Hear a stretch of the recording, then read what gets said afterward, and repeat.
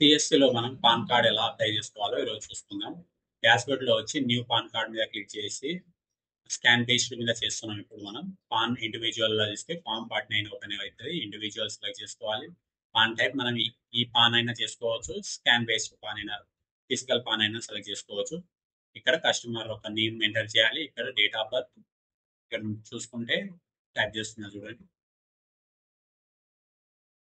ఈ ఈ ఈ సైన్స్ స్కాన్ బేస్డ్ దాంట్లో ఈ సైన్ దాని నుంచి చేస్తే మనకి ఏంటంటే ఉపయోగం, మన ఫోటో అనేది లేటెస్ట్ అప్డేట్ చేసుకోవచ్చు. మన సిగ్నేచర్ కూడా మన పాన్ కార్డ్ మీద వచ్చేలాగా లేటెస్ట్‌ది. మనం దానికోసం అయితే స్కాన్ బేస్డ్ ఈ సైన్ ఆప్షన్‌ని ఎంచుకోవాలి. దాని తర్వాత క్యాండిడేట్ డీటెయిల్స్ ఇచ్చి ఇక్కడ క్యాండిడేట్ నేము, మళ్ళేమో డేట్ ఆఫ్ బర్త్, వాళ్ళ మొబైల్ నంబర్, వాళ్ళ యొక్క ఈమెయిల్ ఐడి అది ఎంటర్ చేసి మనం సబ్మిట్ చేయగానే మనకు నెక్స్ట్ అనేది మనకు పేమెంట్ స్ట్రక్చర్ వాళ్ళ డీటెయిల్స్ అన్నది చూపించడం జరుగుతుంది. ఇది నేను సిఎస్సి నుంచి చేస్తున్నా. అండ్ ఇక ఎవరికైనా సిఎస్సి లో పాన్ ఏజెంట్ ఐడి కావాలన్నా కానీ, సిఎస్సి ఐడి కావాలన్నా కానీ నా కాంటాక్ట్ నెంబర్ డిస్క్రిప్షన్ లో ఉంటుంది, నన్ను కాంటాక్ట్ అవ్వండి. అండ్ ఇక్కడ చూస్తే ఆ, నా సిఎస్సి ఐడి ఒకటి చూపిస్తుంది, అప్లికేషన్ డీటెయిల్స్ అని చూపిస్తుంది. తర్వాత ప్రొసీడ్ మీద క్లిక్ చేయగానే మనకు నెక్స్ట్ పేజ్ ఈ విధంగా రావడం జరుగుతుంది. ఇక్కడ ఐ అగ్రి మీద క్లిక్ చేసి ఇక్కడ మన పాన్ ఏజెంట్ వాళ్ళ నంబర్ ఎంటర్ చేసి ఓటీపీకి సబ్మిట్ చేస్తే మనకు అన్నది ఓటీపీ రావడం జరుగుతుంది. అండ్ ఇక్కడ వచ్చిన ఓటీపీని ఎంటర్ చేసి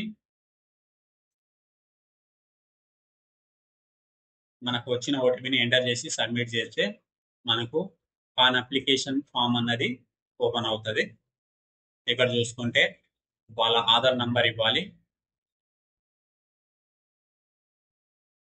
ఇది మనం న్యూ పాన్ చేస్తున్నాం కాబట్టి వాళ్ళ Aadhaar number, name as per Aadhaar ఇవ్వాలి. ఆధార్ కార్డులో ఎలా అయితే ఉందో క్యాండిడేట్ యొక్క నేము సేమ్ విధంగానే ఇక్కడ కూడా ఇవ్వాలి. దాని తర్వాత ఇక్కడ టైటిల్ వచ్చేసి మెన్ అయితే ఏమో శ్రీ అని, అండ్ ఉమెన్ అయితే ఏమో ఎస్ఎంటి అంటే శ్రీమతి అని, కుమారి అనేది ఏమో మ్యారేజ్ కాని వాళ్ళకి అది సెలెక్ట్ చేసుకోవాలి.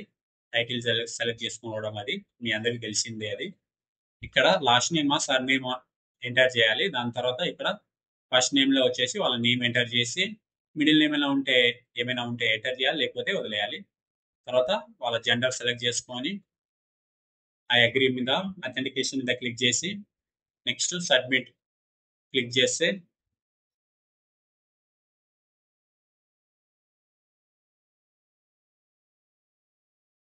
మనకు ఫామ్ అనేది ఈ విధంగా రావడం జరుగుతుంది. తర్వాత నెక్స్ట్ మీద క్లిక్ చేసి ఈడ మనం వాళ్ళ తండ్రి ఉంటే తండ్రి పేరు, నో మీద క్లిక్ చేసి తండ్రి పేరు ఎంటర్ చేయాలి.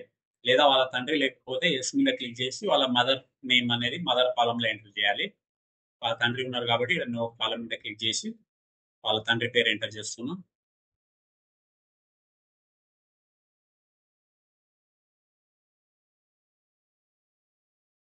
ఇక్కడ 2 టైమ్స్ ఎంటర్ చేయాలి.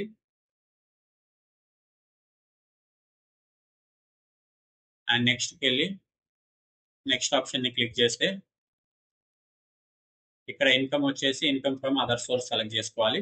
ఎవరైనా శాలరీ పర్సన్ ఉంటే శాలరీ వాళ్ళకి సంబంధించిన దాంట్లో సెలెక్ట్ చేసుకోవాలి. ఇక్కడ రెసిడెన్స్ అని సెలెక్ట్ చేసి రిజిస్ట్రేషన్ అడ్రస్లో వాళ్ళ డోర్ నంబర్, విలేజ్ నేము, ఇక్కడ విలేజ్ నేమ్ రాస్తున్నా చూడండి.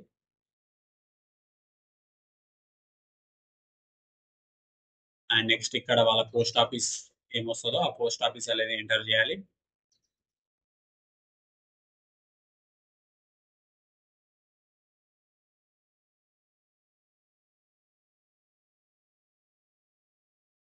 నెక్స్ట్ పోస్ట్ ఆఫీస్ తర్వాత ఇక్కడ మన మండల్ ఏముందో మండల్ ఎంటర్ చేయాలి.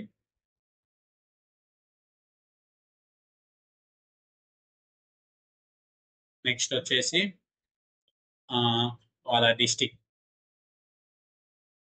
ఇక్కడ చూసుకుంటే రెసిడెన్షియల్ అడ్రస్ వచ్చేసి మన యాజ్ పర్ ఆధార్లో ఉన్నట్టు ఇస్తే మనకు రిజెక్ట్ అయ్యే ఛాన్సెస్ చాలా తక్కువ ఉంటాయండి. అలా కాకుండా మన ఇష్టం వచ్చిన అడ్రస్ ఇస్తే ఆ ఆధార్లో ఉన్న అడ్రస్ ఇక్కడ మనం ఇచ్చిన అడ్రస్ మిస్ మ్యాచ్ అయితే పాన్ కార్డ్ అన్నది హోల్డ్‌లో పడిపోవడం జరుగుతది. అంటే రావడం జరగదు. ఇక్కడ ఆటోమేటిక్‌గా మన ఏరియా కోడ్ అవన్నీ తీసుకుంటది. నెక్స్ట్ ఈడ proof of address, proof of DOB, identity అవన్నిటికి ఆధార్ సెలెక్ట్ చేసుకున్నా నేను. అండ్ ఇక్కడ చూసుకుంటే వాళ్ళ యొక్క ఫోటో, సిగ్నేచర్. ఫోటో తీసుకున్నా. ఇప్పుడు ఫోటో తీసుకుంటే అది మాక్సిమం 50 కేబీ కంటే ఎక్కువ ఉండొద్దు. అది ఉంటే మనం ఇక అది కంప్రైజ్ చేసుకోవాలి. మనకు తెలిసిన టూల్స్‌లో ఎళ్లి కంప్రైజ్ చేసుకోవాలి. నేను కంప్రైజ్ చేసుకున్నా. మళ్ళీ అప్‌లోడ్ చేస్తున్నా చూడండి. ఇప్పుడు అప్‌లోడ్ అయిపోయింది అది. అండ్ నెక్స్ట్ సిగ్నేచర్ కూడా సేమ్. మనం 50 కేబీ ఆర్ 30 కేబీ కంటే ఎక్కువ ఉందనుకో, 50 కేబీ కంటే ఎక్కువ ఉంది ఈడ కూడా, అది తీసుకోవడం జరగదు. సో అది కంప్రైజ్ చేసిన తర్వాత నేను మళ్ళీ సైన్ అనేది పెట్టడం జరిగింది. ఇక్కడ సక్సెస్‌ఫుల్‌గా తీసుకుంది. ఇక్కడ మనం ఆధార్ కార్డ్ అనేది పీడిఎఫ్ అనేది పెట్టాలి. ఆధార్ కార్డ్ ఎప్పుడు పీడిఎఫ్ రూపంలోనే పెట్టాలి. జేపీజీ ఫార్మాట్‌లో పెట్టొద్దండి. అది తీసుకోదు. వాళ్ళు స్పష్టంగా మెన్షన్ చేశారు అక్కడ. ఫార్మాట్ ఓన్లీ పీడిఎఫ్ సపోర్ట్ చేస్తది. అండ్ 300 కేబీ కంటే తక్కువ ఉండాలని. అది ఇచ్చి మన ప్లేస్ నేమ్ ఇచ్చి కన్ఫర్మ్. కన్ఫర్మ్ అనే ఆప్షన్ మీద క్లిక్ చేస్తే, సబ్మిట్ అనే ఆప్షన్ మీద క్లిక్ చేస్తే మనకు టోటల్ ఫామ్ అనేది ఈ విధంగా రావడం జరుగుతది. దీని తర్వాత మనం ఇక్కడ కింద చూసుకుంటే కన్ఫర్మ్ ఆప్షన్ ఉంటది. దాని పైన క్లిక్ చేసి ఇక్కడ 2 విధాలు ఉంటాయి. OTP based and biometric based ఈ సైన్ ఇన్. అంటే మనం ఓటీపీ ఆధార్ కార్డ్‌కి లింక్ ఉంటే ఓటీపీ ప్రకారంగా బయోమెట్రిక్ తీసుకోవాలి. లేదా ఆధార్ కార్డ్‌కి ఓటీపీ లింక్ లేకపోతే బయోమెట్రిక్ విధానంతో కూడా వాళ్ళది ఆధార్ కార్డ్ ఎంటర్ చేసి, నంబర్ చేసి మన బయోమెట్రిక్ తోని ఏదైనా డివైస్ తోని ఫింగర్ ప్రింట్ మ్యాచ్ తీసుకొని అలా కూడా చేయవచ్చు. నేను ఈడ వాళ్ళ ఆధార్ కార్డ్‌కి ఫోన్ నంబర్ లింక్ ఉంది కాబట్టి ఆధార్ కార్డ్ తోని ఓటీపీ పంపించి కేవైసీ అనేది చేస్తున్నాను. ఒకసారి చూడండి ఈడ. అలా ఓటీపీ పంపించడం జరిగింది. అండ్ వచ్చిన ఓటీపీని ఇక్కడ ఎంటర్ చేయాలి.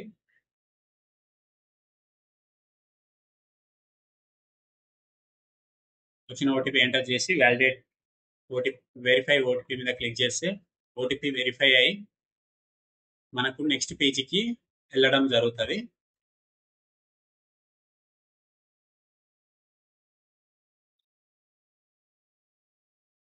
నా ఛానల్ని ఎవరైనా సబ్స్క్రైబ్ చేసుకోలేకపోతే సబ్స్క్రైబ్ చేసుకోండి. ఇలా సిఎస్ సంబంధించిన అన్ని ఏ టు జెడ్ సర్వీసెస్ ఎలా చేయాలి ఏంటి అనేది వివరాలన్నీ ఉంటాయి. ఎవరికైనా సిఎస్సి ఐడి కావాలన్నా కానీ నాకు కాంటాక్ట్ చేయండి. ఐడీస్ అనేది ప్రొవైడ్ చేస్తాను.